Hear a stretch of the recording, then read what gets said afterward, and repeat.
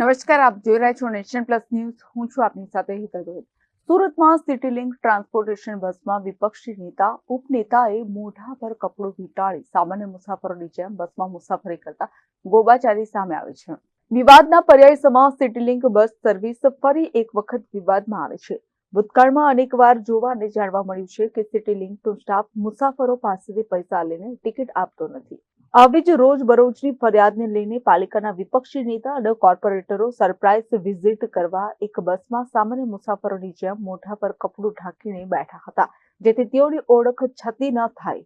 વિપક્ષે કરેલી મુસાફરી દરમિયાન માસ ટ્રાન્સપોર્ટેશનમાં ચાલતી ગોબાચારી સામે આવી છે, જેમાં કંડક્ટર ટિકિટ ન આપતો હતો અને નાણાં પડાવી લેતો હોવાનું ધ્યાનમાં આવ્યું હતું. આ અંગે પૂછપરછ કરતા મુસાફરોએ જણાવ્યું હતું કે આ તો રોજનું છે. ટિકિટના 10 ને બદલે અડધા 5 રૂપિયા લઈને વગર ટિકિટે મુસાફરી કરવા દેવામાં આવતી હતી. ફક્ત એટલું જ નહીં, શાળાએ જતા નાના બાળકો પાસેથી પણ રોજના 10 રૂપિયા લઈને ટિકિટ આપવામાં આવતી નથી.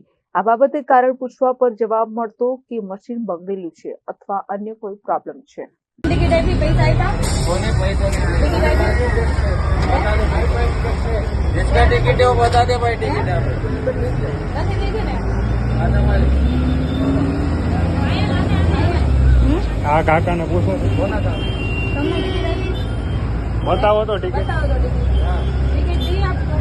टिकट दिया वो दिखा दो આ બેનો ને કોઈને ટિકિટ નહોતા આપી દીધી અત્યારે આપી, જો અત્યારે આપી.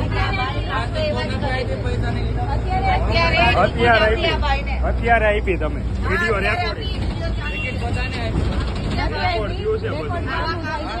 અહીંયા વગર ખબર ઉતરે તો 5 રૂપિયા આપો આપ્યા છે પણ એને 5 રૂપિયા આપ્યા તમને 10 રૂપિયા ટિકિટ આવે તો તમે 5 રૂપિયા કેમ કરી દીધા મેં કીધું એને 10 રૂપિયા આપો એમ નહીં, તમે શું કામ આવું કરો છો? ટિકિટ કેમ ન આપી એમને તમે ટિકિટ કેમ ન આપો? મેં એને કીધું 3 વાર રિક્વેસ્ટ 10 રૂપિયા આપો મજાની ટિકિટ લાગે અરે આવી રીતે કરવાનું ન હોય. એટલે અમે 5 રૂપિયા આપી એટલે તમારી ટિકિટ નહીં આપવાની પૈસા નહીં ખાવા. મેં જબરજસ્તી કીધું બેન કે નહીં આપતા એને ફરિયાદ કરીએ ઉપર. હા? સોરી બેન ભૂલ ન થાય હા? બીજી વાર ભૂલ ન થાય આજે અમે સવારથી બધા જ કોર્પોરેટરો અલગ અલગ રૂટની વિઝિટમાં હતા. ઘણા બધી ફરિયાદો આવતી હતી કે અમારી પાસેથી પૈસા લઈ લઈશું પણ ટિકિટ નથી આપતા. ખરા અર્થની અંદર જેટલા લોકો જોવે છે લાઈવ શેરમાં એવું કે લોકોને બધાને ખબર પડી કે ખરી હકીકત શું છે. આજે જેટલા લોકો જોવે છે બધાને એવું કહું છું કે જ્યારે આપણે સિટી બસ ડીઆરટીએસ બસ કોઈ પણ બસમાં ચડીએ આપણે 20 રૂપિયા ચૂકવવાના થતા હોય ને આપણી પાસે 10 રૂપિયા લઈ લે કે મેં ટિકિટ નથી આપી. ખરેખર આપણને એવું લાગે આપણને ખૂબ સસ્તું પડ્યું પણ આપણને સસ્તું નથી પડતું. કરોડો રૂપિયાનો કોન્ટ્રાક્ટ કોઈ કંપનીને આપવામાં આવે છે કે જે બસ ચલાવે છે.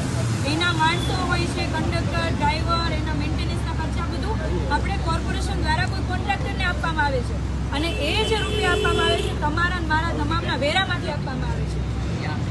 જેથી ઓલ ઓવર છેલ્લે જોવા જઈએ તો આપણા બધાના ખીચાના જે આપણે વેરા સ્વરૂપે પૈસા આપ્યા છે એમાંથી જ આ બસો બધી ચાલે છે. એટલે જ્યારે આપણને એવું લાગે કે ભાઈ આપણી પાસેથી 10 રૂપિયા લીધા છે, 20 રૂપિયા થતા હતા તો આપણે ટિકિટની જરૂર નથી, એવું નહીં. આપણે બધા જ જો ટિકિટો માંગીશું તો આ જે પૈસા છે ટિકિટો માંગશું તો એ જે પૈસા છે સરકારમાં જશે. તો આ જે કરોડોની નુકસાનીમાં જે બસો ચાલે છે એ બસો કરોડોની નુકસાનીમાં નહીં ચાલે અને તમારા અને મારા વેરાનો સદુપયોગ થશે. અને આમાં કેવું થશે કે આપણે બધા જો જાગૃત નહીં થઈએ, આપણે બધા બોલીશું નહીં તો છેલ્લે ફાયદો માત્ર ને માત્ર કોન્ટ્રાક્ટરને થશે, તમારા અને મારા બધાના ખીચા ખાલી થશે. એટલે આ બાબતે આપણે બધાએ જાગવાની જરૂર છે. બધાને હું કહું છું કે આખા સુરતની અંદર કોઈ પણ સિટી બસમાં બેસો, બીઆરટીએસ બસમાં કોઈ પણ બસમાં બેસો, જો એનું મશીન બંધ હોય તો એવું નિયમ છે કે મશીન બંધ હોય ટિકિટ ના આપે તો આપણે પૈસા આપવાના નથી. એટલે કોઈ પણ એવું કે કંડક્ટર મશીન બંધ છે તમે પૈસા આપી દો, કોઈ પૈસા ના આપશો. કારણ કે બધા પૈસા કંડક્ટરના ખીચામાં જશે અથવા તો એના કોન્ટ્રાક્ટરના ખીચામાં જશે. એટલા માટે આપણે બધાએ જાગૃત થવાની જરૂર છે. આજે અમે જેટલી બસોમાં બેઠા અમને બધી જગ્યાઓ પર આવો અનુભવ થયો કે પૈસા લેતા નથી, ઘણા લોકો પૈસા આપતા નથી કે કંઈ નહીં સસ્તામાં પ્રદેશે જવા દો. પણ છેલ્લે આપણા બધાનું નુકસાન છે અને છેલ્લે વેરાનો ભાર આપણા જ ઉપર આવે છે. મકાનના વેરા વધી છે, જે વેરા બિલ સ્વરૂપે આવે છે, પાણીનો, ડ્રેનેજનો, અલગ અલગ જે વેરા છે, આ વાહનનો જે વેરો છે, આ બધા વધીને આપણા ખીચા પર જ ભાર આવે છે. તો છેલ્લે આપણે બધાએ મારા ખાલી એટલું જ કહેવાનું છે, બધાએ જાગૃત થવાની જરૂર છે.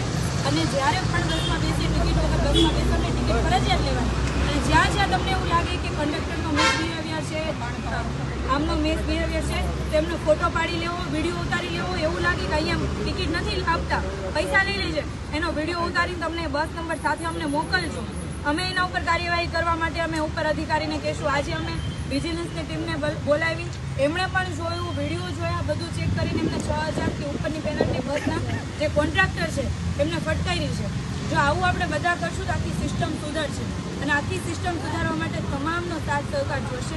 બધાય સાથ સહકાર આપો એવી આશા સાથે ફરી વખત તમને બધાને વિનંતી કરું છું, રિક્વેસ્ટ કરું છું કે જ્યારે પણ આપણે બસનો ઉપયોગ કરીએ, આ બસ આપણા જ પૈસાની ચાલે છે, આપણા જ પૈસામાંથી કંડક્ટરને અને ડ્રાઈવરને બધાને પગાર ચૂકવાય છે. તો આપણે બધાએ બોલવાનું, ટિકિટ લઈને પછી જ બસમાં બેસવાનું. જય હિન્દ, જય Bharat. Bureau report nation plus news Surat. સમાચારોના સતત અપડેટ મેળવવા માટે અમારી નેશન પ્લસ ન્યૂઝની યુટ્યુબ ચેનલને સબસ્ક્રાઇબ કરો, બેલ આઇકન દબાવો અને જોડાયેલા રહો ફેસબુક, ઇન્સ્ટાગ્રામ અને ટ્વિટર પર.